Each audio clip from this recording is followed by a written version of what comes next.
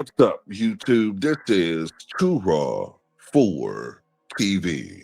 All right, so you may remember a month ago, after a very disappointing jobs report for the month of July from the Bureau of Labor Statistics, Donald Trump fired the commissioner of that department, Erica, I think her name was Erica McAntifer or something like that, right? Let me check her name right. I think it was Erica McAntifer, right?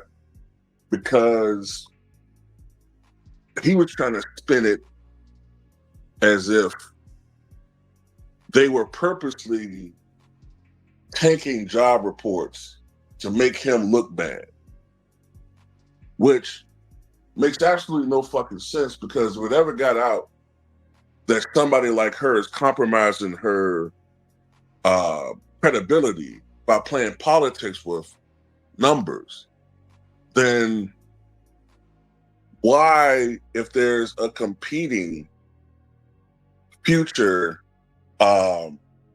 administration, or she's working in administration which is under a opposed party that her ideology falls under, why would she ever hire her?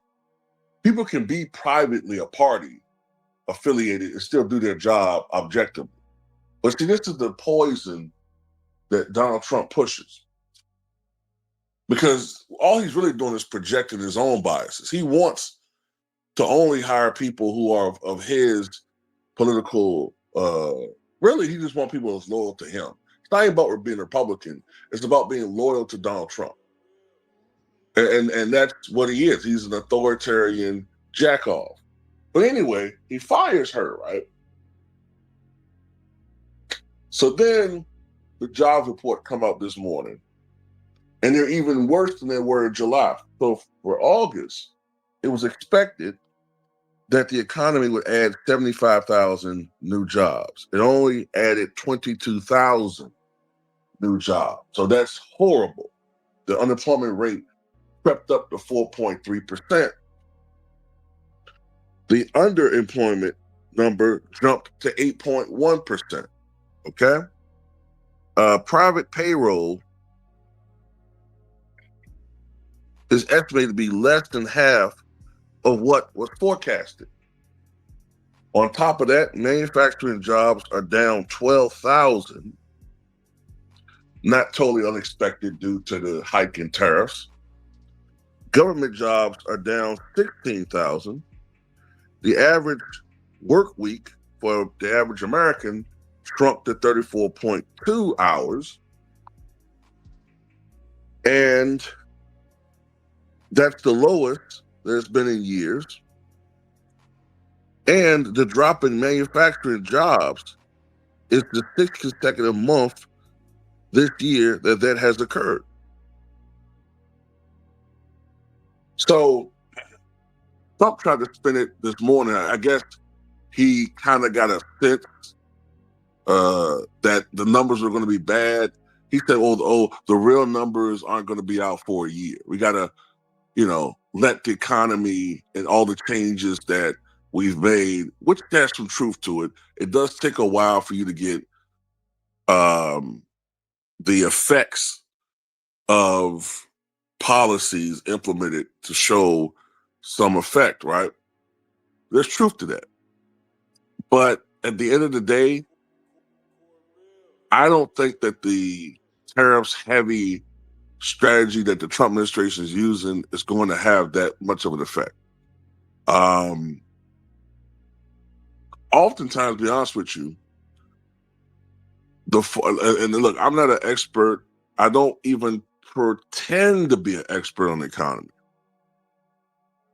But oftentimes, the forces that dominate what constitutes a bear market versus a bull market are out of the president's control, right? Sometimes sometimes forces collide so that the president will have a prosperous economy, and sometimes the economy might be up and down. Sometimes the economy might be absolutely shitty. I have a feeling that the economy, I'm just going on a limb, I think the economy for the most part is going to be shitty under Trump. I do know this: if things don't turn around, people don't want to hear about things are looking up in the future. When someone is hurting, when people don't have a paycheck, when people's bellies are empty, when people don't have money for their rent, when people, don't have the money for the things that they want, and especially don't have money for the things that they absolutely need, they're going to take it out on the ballot box. So Trump can play politics all he wants to with this shit. If things don't get better, the Republicans are going to take losses. I mean, where I'm at right now in the gubernatorial race in November, it's looking like Abigail Spanberger is going to become the first female governor in Virginia history. Her opponent is a woman, a black woman, who's the lieutenant governor. But unfortunately, she doesn't have the political savvy of her boss, who won an upset election back in 2021. I think she's going to lose pretty badly. But then again, Virginia has a contrarian streak, By that, I mean, when you look at Virginia's history, oftentimes the party that lost in the presidential race the year prior wins the governor's office the next year in Virginia. We saw that in 2021 when the governor, whose name is eluding me for some reason right now, the Republican, I thought he was going to win narrowly over the former governor, Terry McAuliffe, and he did. But I think Abigail Spanberger is going to beat the absolute shit out of Steers. But anyway, I think in the New Jersey race, I think in that governor race, I think the Democrat is projected to be favored in that race as well. And then there's some Senate races out there that are starting to slightly lean in the Democrats' favor. I'm gonna tell you something that's really ominous. If I'm a Republican right now, do you know that in national polling right now, for the first time ever, Gavin Newsom's polling numbers are better than President Trump's for the first time ever. So if I'm the Republicans, I'm a little bit nervous right now. But I do want to give this historical comparison, though. When you look at Democratic administrations versus Republican administrations post-World War II,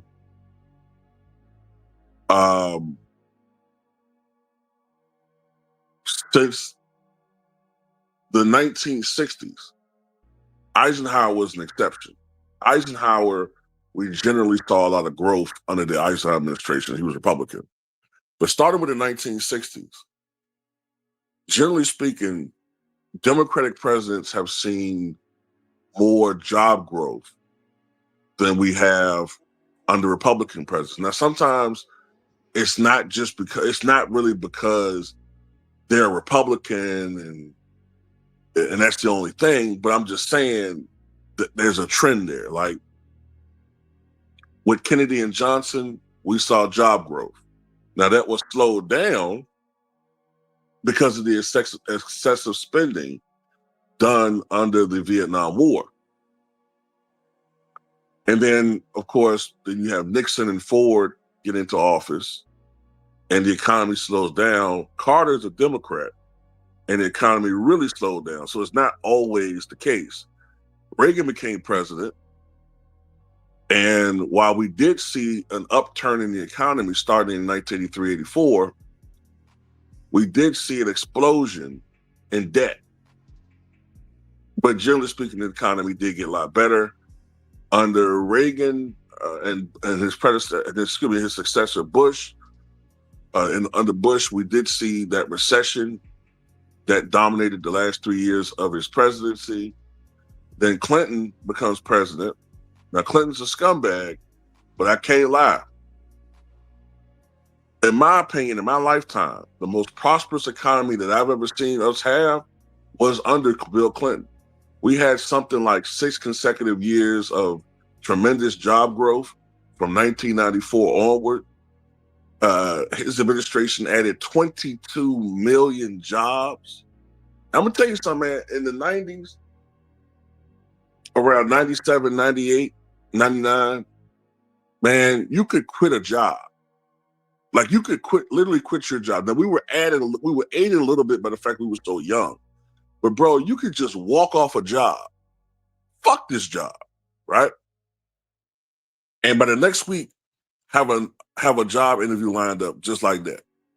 Even before you cash your next check, you already got another job. Can't do that shit now. You cannot do that shit now, man. Under Bush, the economy, started off okay, but then the drain of the Iraqi war plus other things that was implemented under him, the tax cuts obviously played a huge role. The economy absolutely fell apart by 2008. Under Obama, things got a little bit better, marginally. Then with Trump, things had gotten a lot better, but then the economy just totally collapsed with COVID. And, with Biden, we made gains, but it was coming from the 2020 collapse. So now we're here where we are now. And I don't know what the future holds. I hope that the economy does become prosperous, but I just got this feeling with all these morons in place in Washington that shit's going to fall apart for the average American. See, these people in Washington, it doesn't matter what the economy's doing. They're rich. If you got $30 million in the bank, it doesn't really matter if we're in a recession or not. But if you live in a situation where you're living paycheck to paycheck, you can't afford to have inflation eat up your fucking payments. You can't afford, you know what I'm saying? You depend on the margins for you to make any type of gains or profit.